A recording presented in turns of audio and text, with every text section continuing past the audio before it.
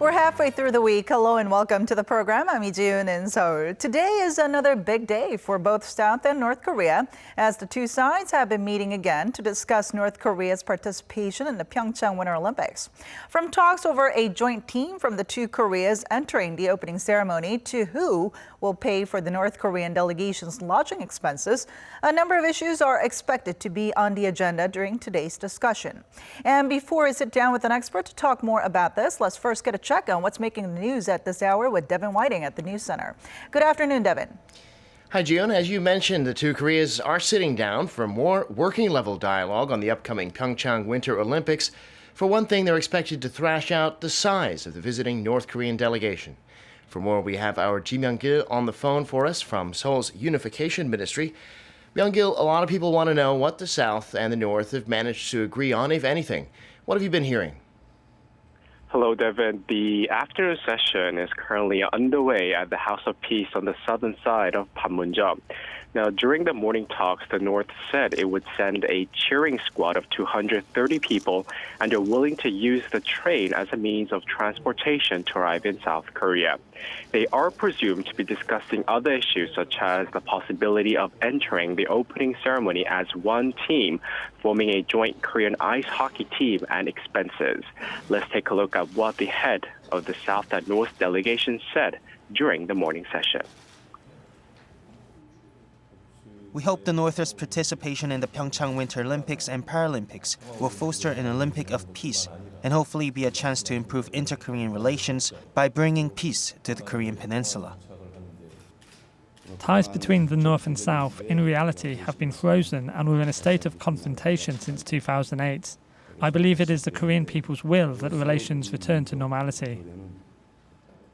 The South delegation today is being led by Vice Minister Chun Hae-sung, and the North three-member delegation is led by the Vice Chairman of North Korea's Committee for Inter-Korean Affairs, Chun Jong-soo. The South Korean government is reviewing how to transport and accommodate the North participants so that it doesn't violate the multi-layered sanctions on North Korea.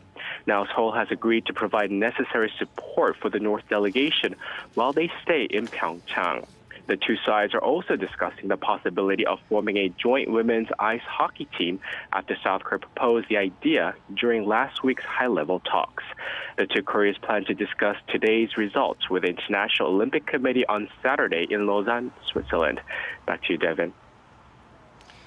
All right, thanks for the update, Heungkook.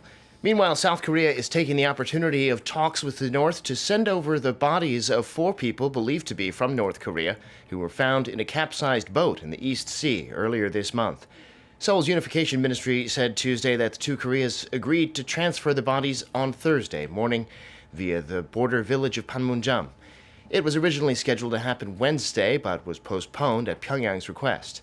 A South Korean civilian found the bodies in a badly damaged boat near Ulleung Island on January 7th and reported it to the authorities.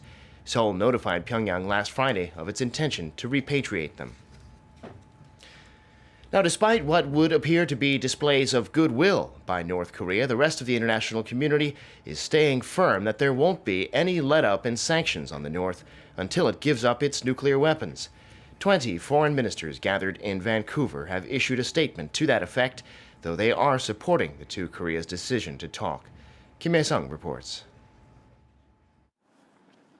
Sanctions and pressure will remain in place until North Korea gives up its nuclear weapons.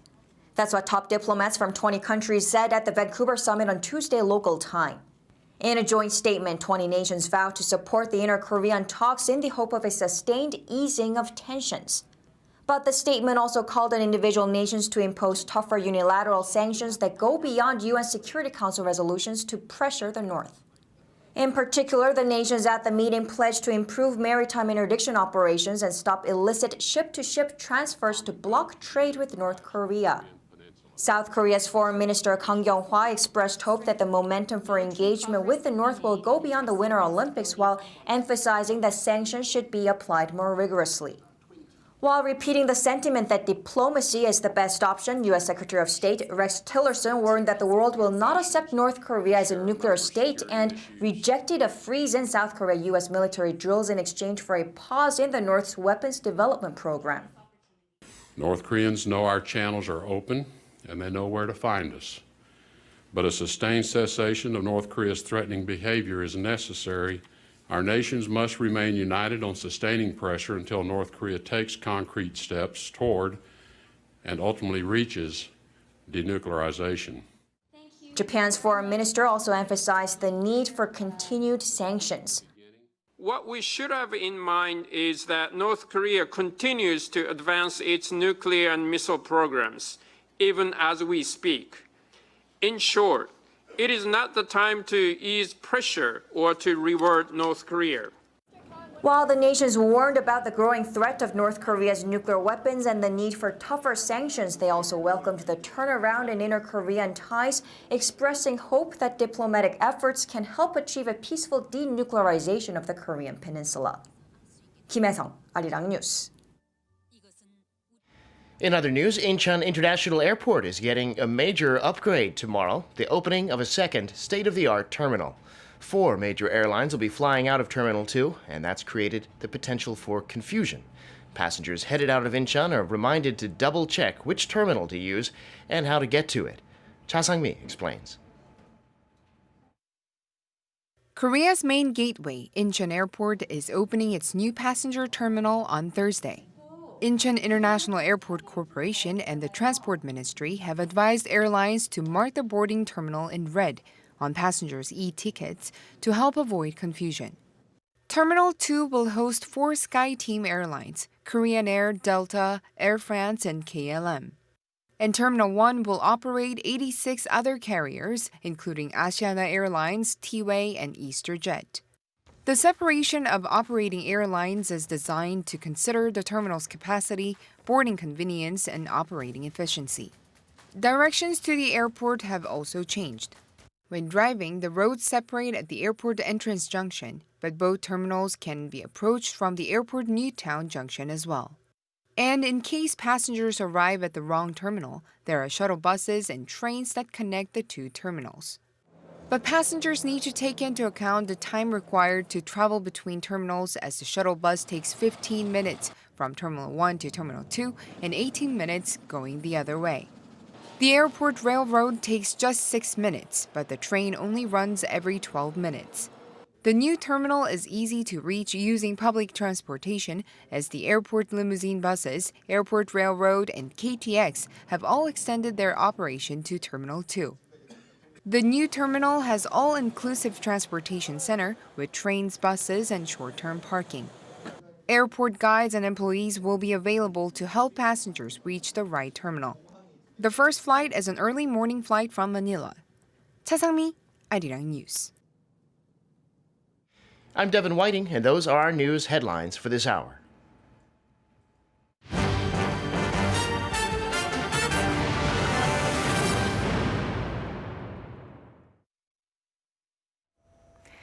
There's been a flurry of inter-Korea meetings on the Olympics since last week, and today the 2 Koreas are meeting for the 3rd time in less than 10 days to continue their discussions on the North's participation in the Pyeongchang Winter Games next month, days ahead of talks with the International Olympic Committee on the matter.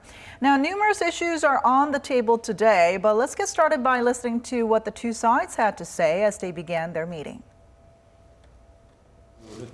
It's good to meet again after our first meeting last week. And like you just said, after our meeting on January 9th, working-level talks were also held on sending North Korea's art troupe to the Pyeongchang Winter Olympics. And these talks ended well. We hope the North's participation in the Pyeongchang Winter Olympics and Paralympics will foster an Olympics of peace and hopefully be a chance to improve inter-Korean relations by bringing peace to the Korean peninsula. It's been a week since our last meeting. It's a pleasure to meet you again. It feels like we're back to June 15th, 2000, when the North-South Joint Declaration was adopted. Ties between the North and South, in reality, have been frozen, and we're in a state of confrontation since 2008. I believe it is the Korean people's will that relations return to normality. And to tell us more about today's Vice Minister level meeting, we're now joined by Professor Kim Heungkook from the Korea National Diplomatic Academy. Welcome to the program. Thank you very much.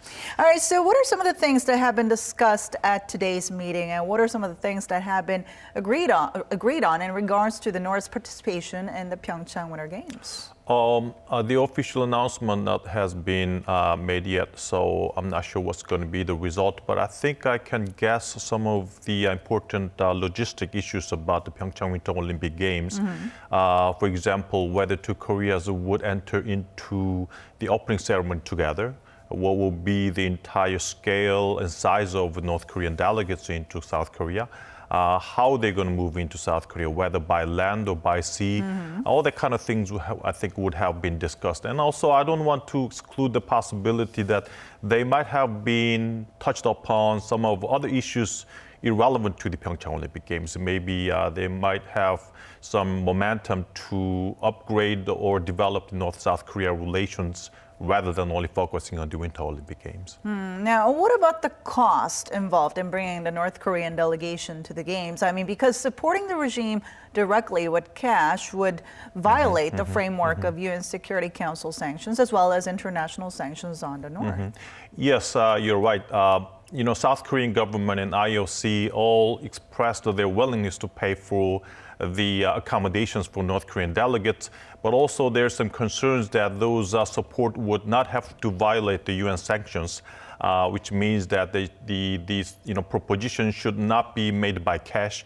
And also the US government also made it clear that any proposition of goods to North Korean delegates should not be allowed, so that they would bring them to North Korea and resell it. So all that kind of sanctions, South Korean government is making clear that they would not keep the UN sanctions and would not try to violate any sanctions in the case of providing any accommodations to North Korean delegates. And you mentioned before about a joint appearance at the opening ceremony as well as a unified women's ice hockey team. Now, what significance would this carry if it does happen? I think symbolically it's very important because North Korean athletes are coming into the Olympic Games, and we can easily expect that the North-South Koreas have united teams together. Maybe ice hockey, women's ice hockey team would be one of the focuses that they're talking about, the uniting and having a unilateral team. But also there are some concerns in the South Korean athletes whether they have to be joining the team or not, because some of the quotas of North Korean athletes would exclude some of the athletes of South Korea to join the team. So South Korean government mentioned that they would try best to not to harm or give damage to the South Korean athletes, but at the same time, IOC made it clear that the number of athletes should not be expanded. So I think that's what the dilemma is about in the South Korean government. So no special cases would be made for the so. Koreas. Okay. Now, during the second round of inter-Korea talks on Pyongyang's participation in the Games on Monday, it's been agreed that North Korea will send a 140-member orchestra to perform during the Winter Olympics. The Samjiyon band is expected to perform folk songs and pieces that call for the reunification of the two Koreas. And before we talk more about the band, let's take this time to get a look at the band's performance.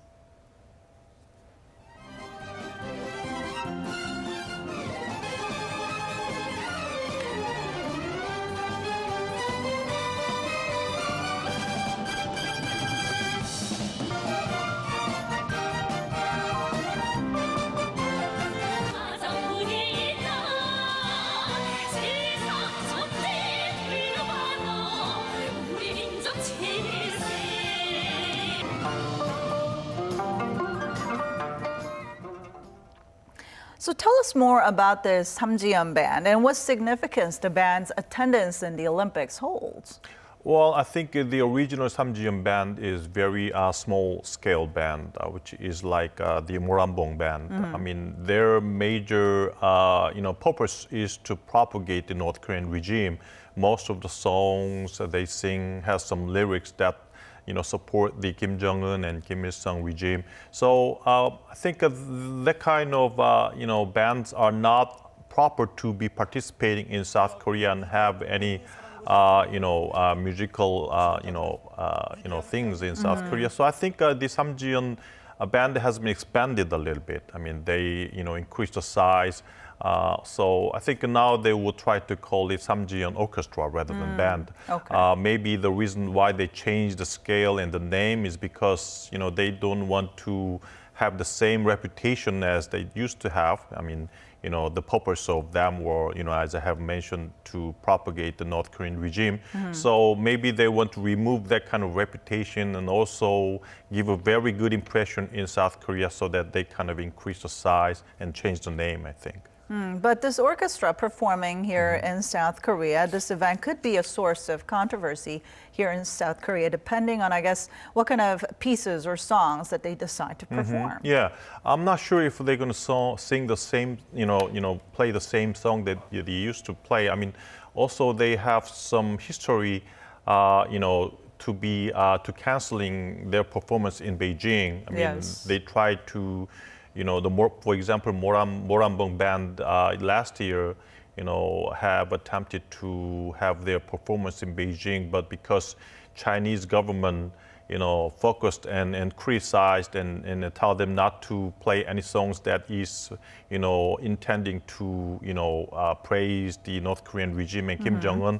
And one of the leaders of Moranbong band at the time rejected them and canceled their performance and came back to Pyongyang. So I don't think any kinds of songs that they played before would not be repeated in South Korea.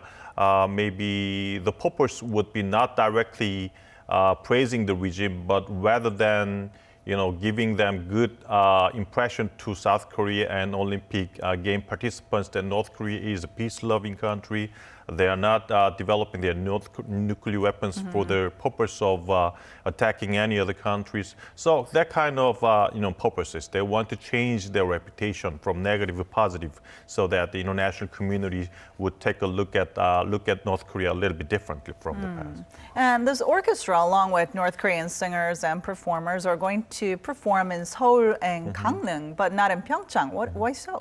Well, maybe they want to play in Seoul because Seoul is the biggest city in South Korea. If they play does any performance in South Korea, maybe the art hall, biggest art hall in Seoul, they will give Seoul citizens and entire Seoul people, in South Korean people, very good impression. Oh, they are not this different, performing band or orchestra, that kind of thing. And maybe the reason why they're playing again in Gangneung is because I don't think they can, do any performances in Pyeongchang, which is the place for the Olympics, because that's for every countries, every participant, every athlete. It's not fair to give any unique chance for the North Korean orchestra to have a chance to have a performance there. So I think Gangneung is very close to Pyeongchang.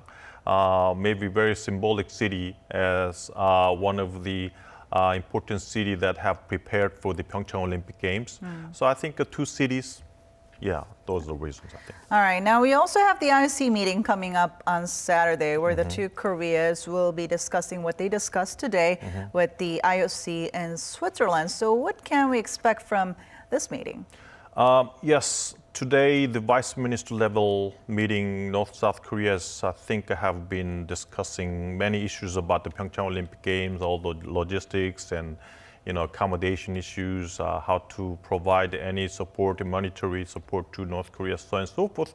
But this is something that has happened only between two Koreas, and those things that have been agreed between two Koreas should be finalized in IOC. So I think that's the meaning of meeting in IOC, that's been finalized by and also approved by the Central Committee of Olympic Games. And also the talks surrounding how to cover the expenses for the North Korean team would also also that kind of things would be also discussed. And important thing is that the IOC, the international organization, is agreeing upon any agreements that have been made by North and South Koreas. And I think this is kind of important so that any agreements made by two Koreas is justified and approved by international communities. And that, I think, is making and giving any justification to be addressed and lead to any other further discussions in the further meetings between two Koreas, I think. All right, so what impact will today's talks have on future bilateral talks between the two Koreas from here on out? Well, once two Koreas have done talking on Olympic Games, I think this is a very good basis for any further cooperations and any further dialogue and rapprochement between two Koreas. I think from now on, maybe they can talk about any other military practical meetings, which also can be focusing on the Olympic Games, how they can secure the safety issues of those athletes and representatives who are participating in the Olympic Games. But I think also same time, this meetings can also lead to any other expanded agenda, which is not only focused and limited to the Olympic Games, but other issues related to the North-South Korea relations per se. And this could possibly open up a door of dialogue with other countries and North Korea as well, you think? All right.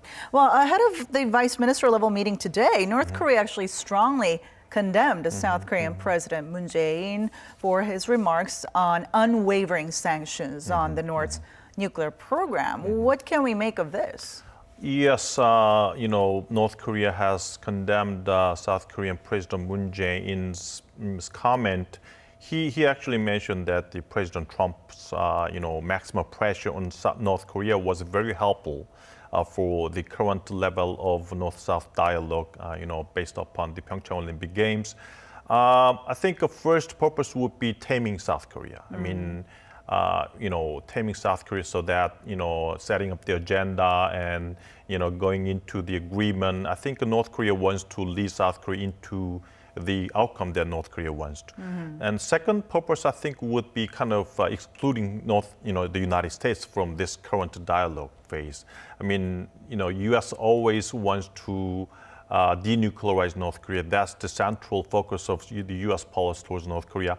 If denuclearizing North Korea fails, I think the U.S. would go back to its hardline sanction-based policy towards North Korea. So I think North Korea just want to focus on North-South dialogue, which I think North Korea wants to make a very important basis for a further and future U.S.-North Korea dialogue. And I think the hopes and the wishes that North Korea has in its dialogue with the United States is to be accepted as a nuclear state rather than denuclearizing itself. And also decrease pressure that it's feeling from the international community in regards to its nuclear program. I think North Korea wants to develop the current phase and use these kinds of dialogue phase into the future level of its policies to be accepted as a nuclear state and kind of remove further U.S. policies towards